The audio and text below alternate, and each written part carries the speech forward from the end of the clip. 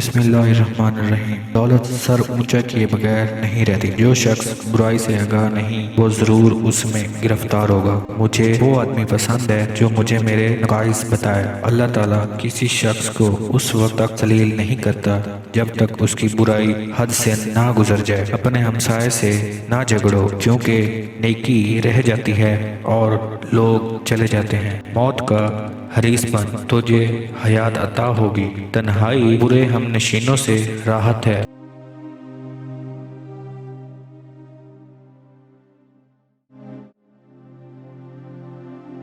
جس مکان کی بنیاد مصیبت پر رکھی گئی ہو اس کا مصیبت سے خالی ہونا محال ہے۔ کسی شخص پر اس وقت تک اعتماد نہیں کرنا چاہیے جب تک اس کے غصے کو آزما نہ لو۔ سنو، زبان سے تیز تیز توبہ کرنا جھوٹوں کی توبہ ہے۔ یہ ایسی توبہ ہے جس سے توبہ کرنا ضروری ہے۔ سب سے زیادہ سخی وہ شخص ہے جو ایسے شخص کو دے جس نے اسے محروم رکھا ہو۔ اپنے زیر کفیل لڑکیوں کو بدصورت اور حقیر مردوں کے پلے نہ باندھو، وہ بھی تمہاری طرح اچھے ساتھی پسند کرتی ہیں۔ انسان صوم و صلات سے نہیں بلکہ معاملات سے پہچانا جاتا ہے۔ آخرت کے معاملات کے سوا ہر معاملے میں توقف کرنا بہتر ہے۔ بدکاری کی کثرت سے زمین میں فساد یعنی زلزلہ آتا ہے اور حکام کے ظلم و ستم سے قحط واقع ہوتا ہے۔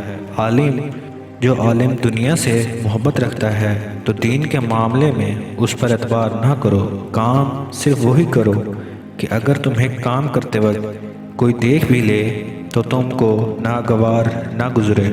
مقدمات کا فیصلہ جلد کرنا چاہیے، ایسا نہ ہو کہ دیر کے سبب انصاف کی افادیت ہی ختم ہو جائے۔ جو چیز ہٹ جاتی ہے وہ آگے نہیں بڑھتی۔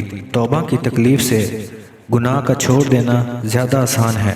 اپنی مجلس میں لوگوں کو مساوی درجہ دو تاکہ کمزور آدمی تمہارے انصاف سے نا امید نہ ہو جائے اور عہدوں والے اس سے ناجائز فائدہ نہ اٹھا سکیں۔ خدا تعالی ہمیں خائن یعنی خیانت کرنے والا کی قوت اور قابل اعتماد شخصیت کی کمزوریوں سے بچائے۔ مجھے سائل کے سوال سے اس کی عقل کا اندازہ ہو جاتا ہے۔